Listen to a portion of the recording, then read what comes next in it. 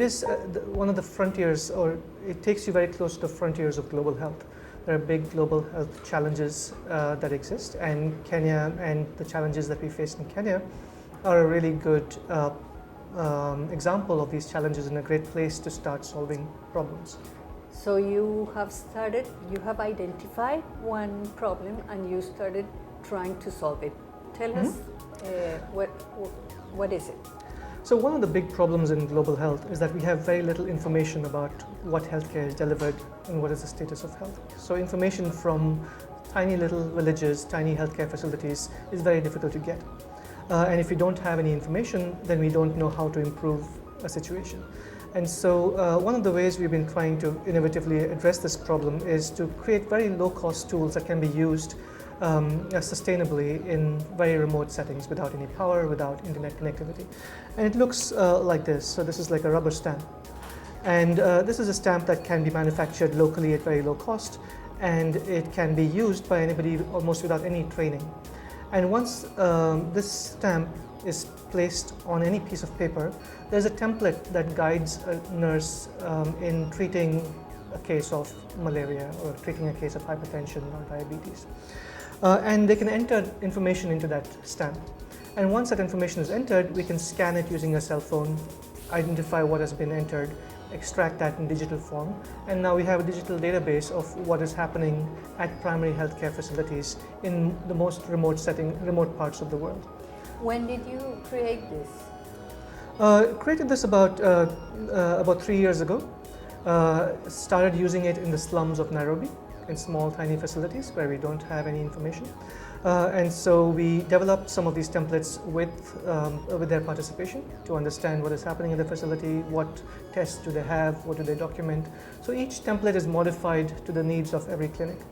And once they use it and enter information, and then we give, or people can use their own phones. It's almost every healthcare professional has a smartphone, and they can use it to scan the data, and that comes to us automatically at very low cost. And now we can analyze that information and feed it back to the clinicians. We can tell them that this is what you're doing with these patients, it matches what the evidence says, or it doesn't match what the evidence says, and we can give them tips about how to improve what they're doing. Okay. Is it a tool that is so already generalized in Kenya?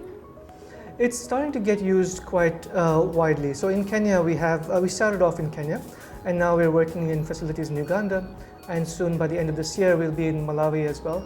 And so we're starting to get a lot of interest in these tools, and we're in the process of that scale up. Okay, and do you have the possibility to patent this tool? Yeah, so the rubber stamp itself is not patentable, but the way we can capture data from a rubber stamp, use the rubber stamp and the mobile application to capture digital information from paper about medical conditions, that is patentable. And so we have filed a patent in Kenya, we have and a PCT, and we are entering national phase in a couple of months. And tell us about economics. Do you give this for free to doctors, or they have to buy them? So it depends on who manages these clinics. And so in Kenya, like I think in a lot of Latin America, healthcare is a mix of public and private providers. Yes.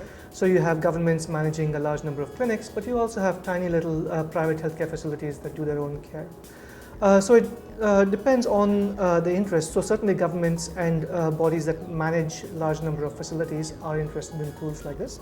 But I think the beauty of this tool is that it can be affordable and taken up by small tiny facilities. So a nurse who opens up a clinic in a slum can also start using these tools at very low cost for them. And that's where we are missing information at this point. There's a lot of private healthcare provision of primary health, and we don't know what's happening there. We don't know what care is being delivered, what cases they're seeing. And the important thing is to make solutions that are affordable by tiny facilities like this. Okay. Could you tell us some anecdote or some case that has made a point with the rubber? Yeah. So for example, we use these templates using rubber stamps to manage a number of common infectious diseases. Okay. So for example, urinary tract infections. And very commonly in urinary tract infections, whether in the developing country or a developed country, there's misuse of antibiotics. So people are prescribed ciprofloxacin or norfloxacin, which are not the first line or not the recommended antibiotics. And it's not that clinicians don't want to change, but they need the information presented in a way that helps them change.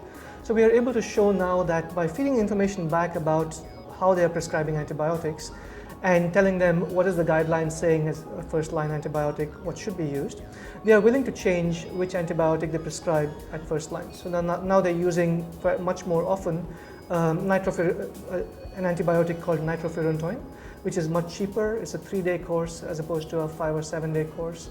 And it's much less side effects and less resistance to this antibiotic.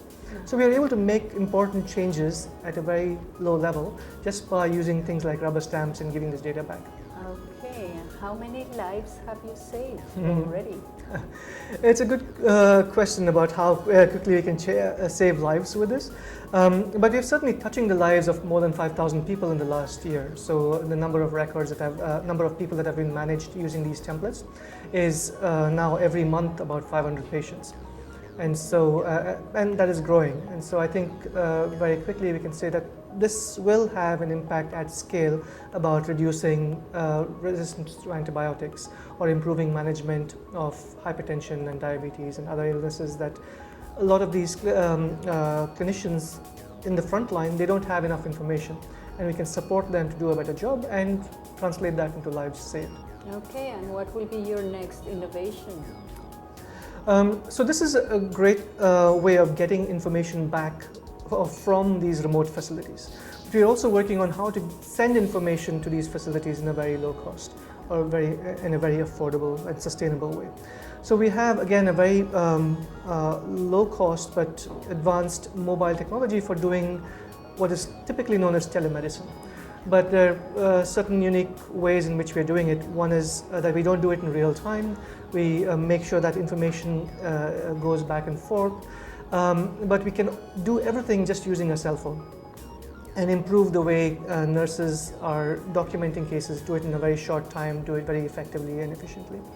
And so now what we are doing is connecting a global network of doctors and specialists with a nurse who can be in the middle of nowhere practicing medicine there.